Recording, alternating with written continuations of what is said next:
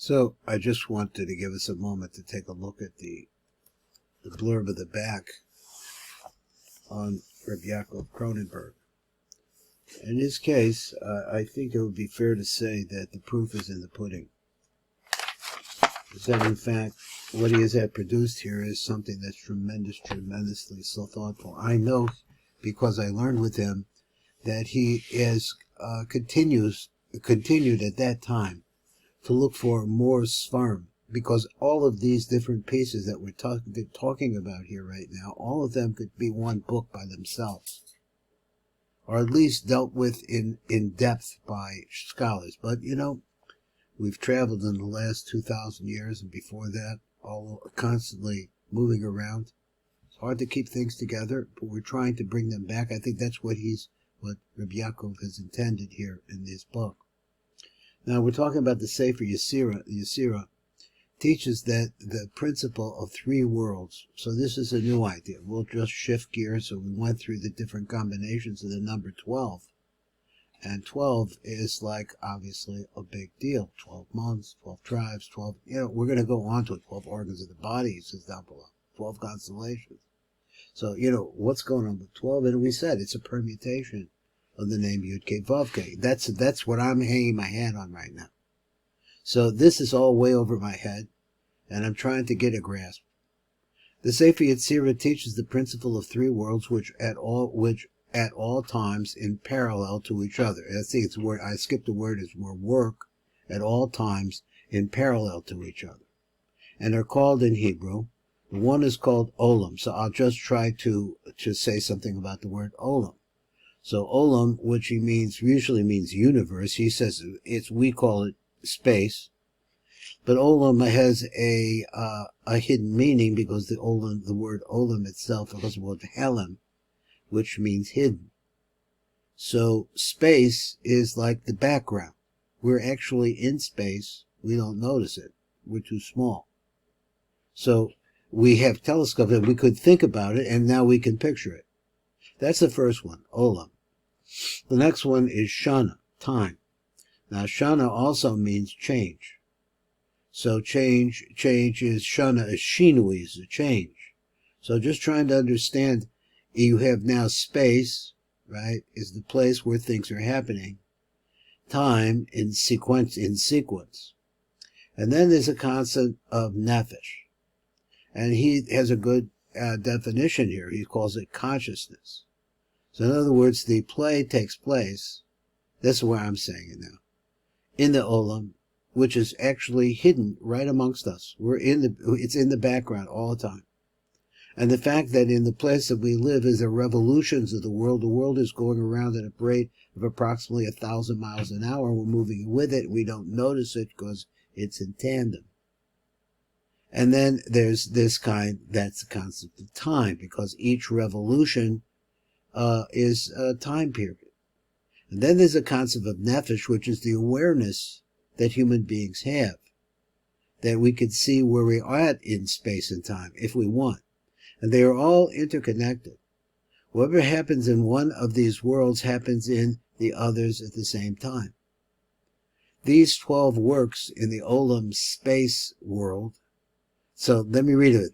I read it wrong. These 12 letters. Now the letters that we mentioned before. And how each one of them works, I don't know. The 12 letters work in the Olam/space world by creating 12 constellations. And these works in the Shana time world by creating 12 months. Those are revolutions of the constellations and of the worlds and of the planets. And they work on the nefesh, human soul consciousness, by making the 12 organs of the body that are directing the body. Now, he says, for example, the religious holiday of Yom Kippur. This is a holiday when Jews fast for 24 hours. And we find that the religious rituals for the day are structured around the three worlds.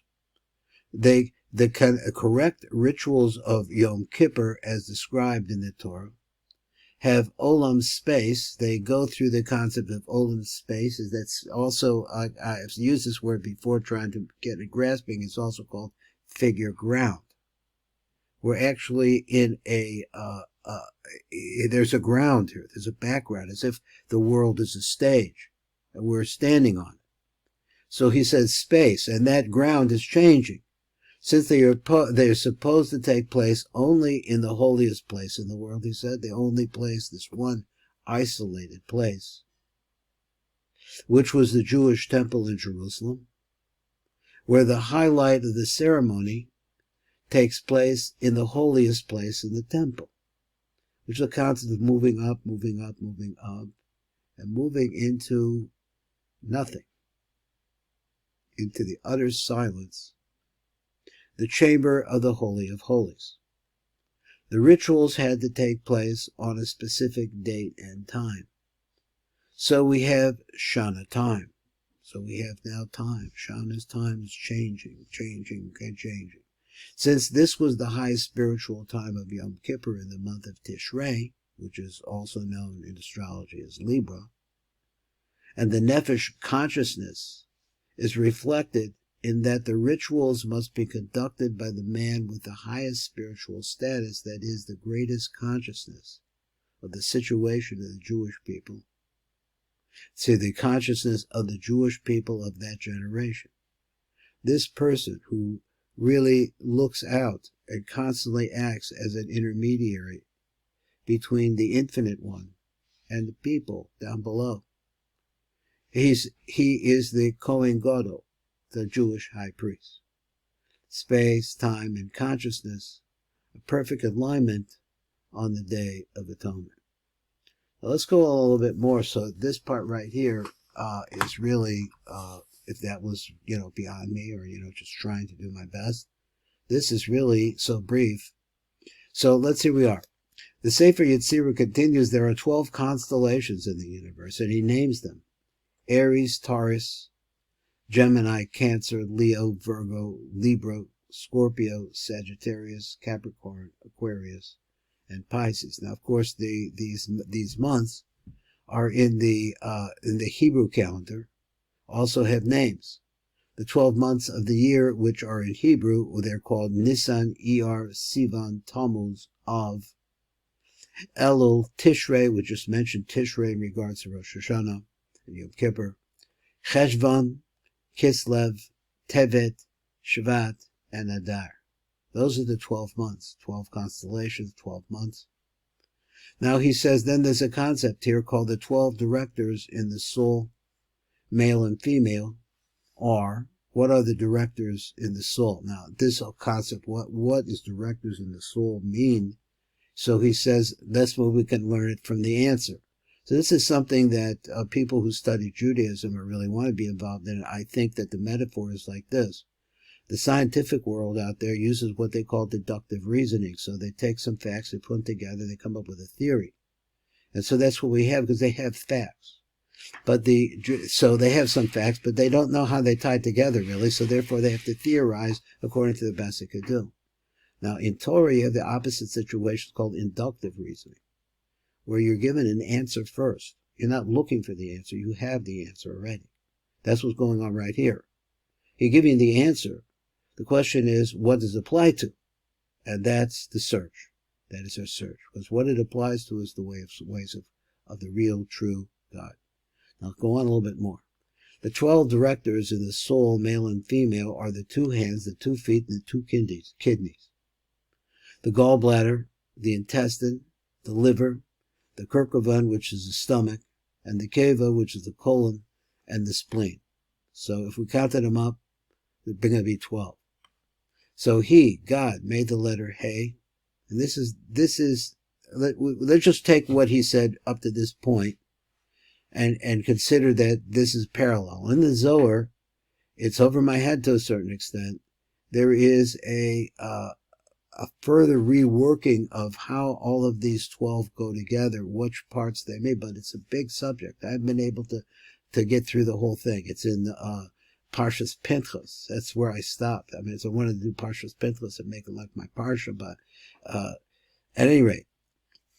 So now we have these 12 different parts, how it is that the hands, the feet, the kidneys, So these are things we understand. We have, so here's three sets of two hands. Okay, they're directors of the soul, he said. Directors in the soul. So the soul use these. Then the 2 feet, because we move with them. The 2 kidneys, which allows, I guess, the movement of the waste to go through, or whatever, to go through the body, whatever the function of the kidneys is. Then the gallbladder, the intestine, these are all digestive organs. The liver, the Kurkuvan, the stomach, and the keva. This is in Hebrew, so the colon. And then finally the spleen. All of these things make it possible for the nutrients that come within us to continue the function. So if then it says like this. God, he made the letter K as king over speech, and he bound a crown to it.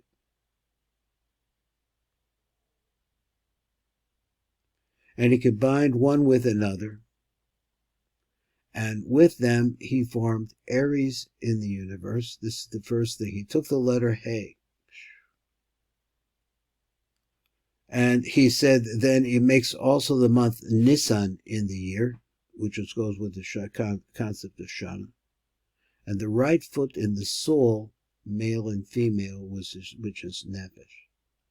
And honestly, I could read it again, and that's what I'm going to do. But it obviously takes a lot to understand some of this, and I'll try to point out what the best I could do of this statement. So he said he made the letter He as a king over speech. Now, what's the concept of a king? A king is the place where the nutrients of life start. Nutrients of life. Let's say it's the spigot. And it has the power to be able to open it and close it. That's the king. Because without it, we don't breathe. We have nothing. And he bound the crown to it. And he made it the first one. The crown is the beginning of everything. It's the, what is the right word for it? It's the will. And he combined one with another. So we don't know what the one is. But he made combinations, and with them he formed Aries in the universe in these combinations, which Aries is a group of stars. So Aries is background, Olam. So if we think about it, it's very interesting. So if I'm saying I'm trying to conceive of how God, where God is in the universe, you realize that we're in, right now, it's early in the morning and the sun is up. And so it obscures the fact that there's a nighttime out there. In the ancient days, they didn't have lights all over everywhere. So you really saw night. So he was able to perceive at nighttime that there's something that we're moving actually in a system, not just by ourselves, not just us, the earth, people around us, clouds in the sky, etc., sun, moon, like that. There's also a whole big background over here. So that's the Olam. That's Aries. It first appears. This is like the first conglomeration of whatever these lights are. Now, it also makes the beginning of the year, which is called Nisan. I'm not getting into these words, the names here, which is Shana, change.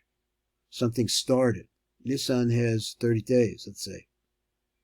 And it starts with number 1. And the right foot now, which is the beginning place, is the lower extremity, which has a right and a left to it. So it's the right foot in the soul, what the soul wants to do. Soul here is, once again, it's desire. It's what you want. Male and female, nefesh. Okay, that's it. All of them have to be analyzed. I try to do anything that I can to try to get a greater understanding of this. It's a very, very fun book. This is Baruch Fleischman reading and going through this masterpiece of Rabbi Yaakov Kronenberg.